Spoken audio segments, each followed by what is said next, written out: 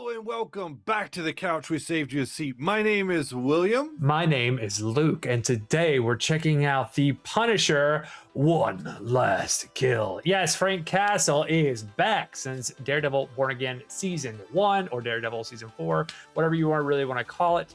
I'm up to date on Daredevil. How about you, William? I have not watched any Born Again because I thought about I'd like to react to it here on the channel, but we've just been a little busy with that. We do also know that Frank appears in Brand New Day, the new Spider-Man movie, which is after this season of Born Again. So, Louis, are you ready? I know it comes to the kitchen couch for the food, brother. Let's hit it. Kitchen couch.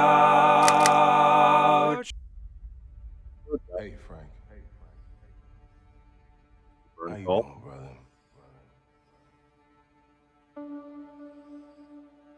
Marvel Television produces. Talk to me. What's that sound in the background? That was radio static. Oh, no. Tell me what's Oh, going John made this. This guy's PTSD, obviously. And writer-director Ronaldo. Think God's gonna forgive us for the things we've done? Oh, his daughter. Comes an executive special presentation. Uh-oh. I'm not sure about me. Who left the water on, dude? But you Living that man life right now. That's not water. ain't got a fucking chance.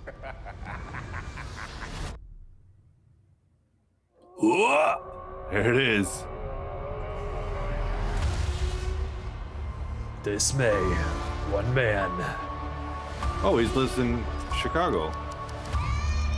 How do you know it's Chicago? I'm just saying because of the state of shit getting tore up. Oh,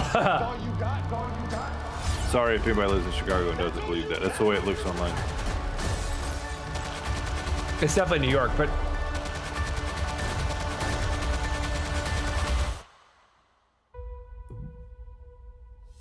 Oh,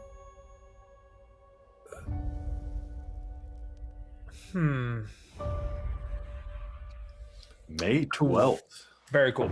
It's time for the priority report. Yes, we do the priority report here on the kitchen couch where we discuss if it's a priority 1, you're going to see this immediately. Priority 2, you're going to catch this whenever. Priority 3, I don't care about Frank Castle and his PTSD. William, are you priority 3? I think everyone can guess who knows me that this is a super high priority 1. Yeah. Louis, where are you at? I'm a priority 1 as well. We are going to sit and discuss what we liked about this trailer and maybe some headcanon-y stuff about what we may see in Marvel in the future. If you'd like to stick around, please do so. Let us know what your priority is down below. William, what was your major takeaway from this trailer? So, like I mentioned in the pre-roll-up, Vincent D'Onofrio, who plays the Kingpin, Wilson Fisk, had mentioned in the interview with Charlie Cox that he was disappointed to not have Jon Bernthal's Punisher, Frank Castle, in this season of Daredevil Born Again. And I think they're recording season 3 already for that show. But he said he was so proud of what he was doing with the Punisher series and that the way he's moving that forward with this special presentation and the new Spider-Man movie.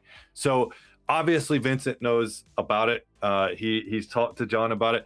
I watch his interviews, Jon Bernthal's podcast when it's on, and I think this will be a very different Punisher than what we have to see in the Spider-Man.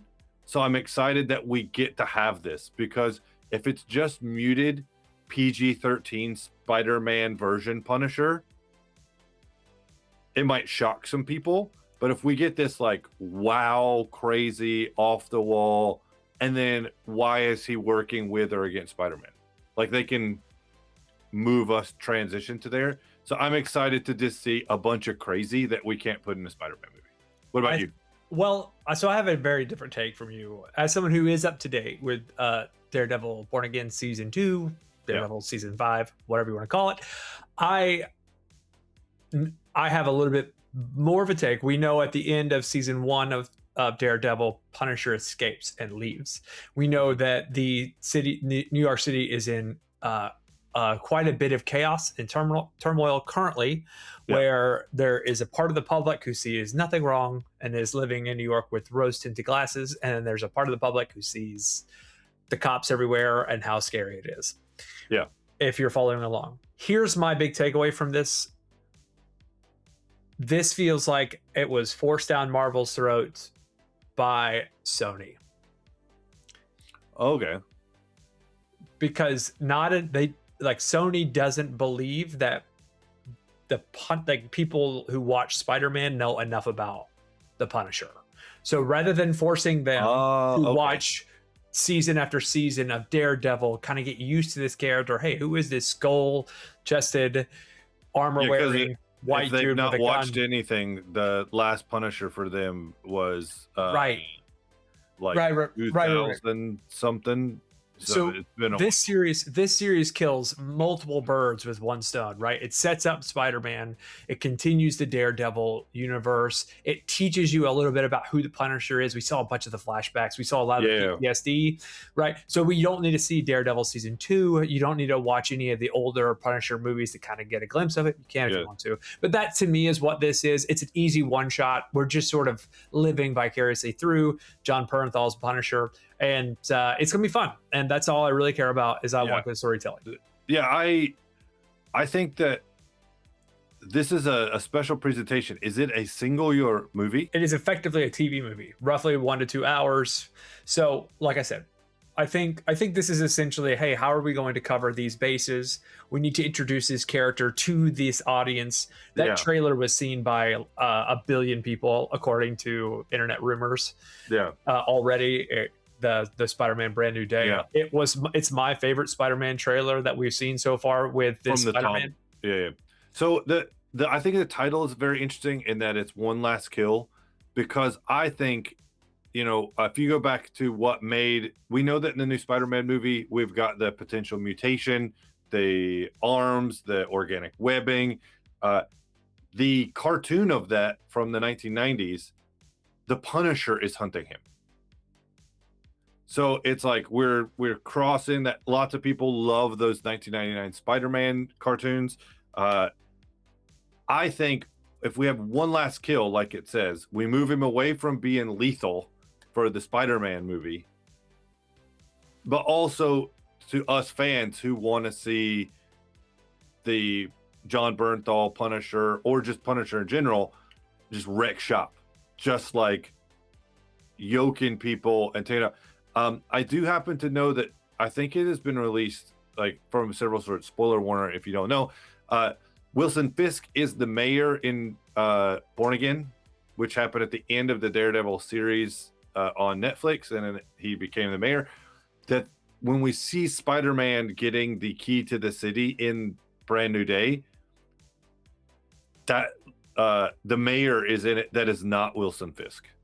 Right. It's the woman who's like the communication deputy secretary. Blah, blah, blah. So we kind of need a transition of whatever is happening in Daredevil Born Again to get to Spider-Man's universe, like to link them up.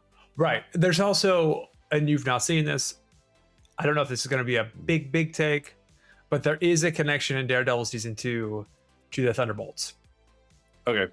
Yeah, which I could believe. There's so much stuff. At least there's a name drop. I mean, at the end of Thunderbolts, it literally says 1.5 years later, and it's a team sitting atop of the tower. I don't know if you've seen the clip, and they notice something coming through space, and it's the Fantastic Four ship. Oh, so, well, I have seen that. I haven't watched those movies because we want to react to them possibly here on the channel. Right. So, but that takes place in New York, right? That takes place during this time. So my question is we saw a lot of looting and craziness. When do we think that is? I think it comes right on the heels of Daredevil season 2, Born Again. Okay. So it's not like a Thunderbolts time, like, oh, this is happening when Sentry is going the Void, and the Void is wrecking New York City and people are panicking and stuff. So based on what we're seeing, and there was 9 episodes in season 1 of Born Again. We've seen 4 so far. I don't know the exact number. I hate looking up the titles of those episodes because they're kind of spoilery. Right. And I look forward to watching them every Tuesday at 9 o'clock. Tune in, Disney Plus. Good job. no free ads, but you're killing it. We see, like I said, we see the Punisher at the end of season 1 kind of escape. They actually do something in this recent episode, spoiler warning, where Bullseye shows up and then he calls the cops and says, hey, the Punisher is at the diner on whatever street, and he's actually sitting there. And my take immediately watching it was, how do they know the Punisher escaped? How do they know the Punisher didn't escape? Yeah. Like, why would the cops show up if they're like, no, we have him in custody? I think, but yeah, in the same point of interest, like if someone calls the police and says, I see a guy in the park with a rifle. It's just like, it could be a copycat. It could be like they have to react to it, right? And he says in the script, it's very specific. Bullseye says, I'm in the diner on this street. The Punisher is here. And they're like, okay, we'll be there as soon as we can. He has a gun. Oh, we'll be there immediately. And then you hear like they are doing it very intentionally, and I just don't think they kept up with the timeline here. Either way, guys, we have been on quite a tangent here. We love talking about stories and theory crafting, and we'd love to have you join us here on the couch, because that's what we do, where we talk about anime, manga, books, romantasy, fantasy, sci-fi, and all the things in between. If you enjoy this content and you want to join us here on the couch and become a fellow tater, make sure to hit like, subscribe, hit that bell, and do those things that YouTube wants you to do to help the channel keep growing and get more of us in your feed. So until next time, later, taters. Peace.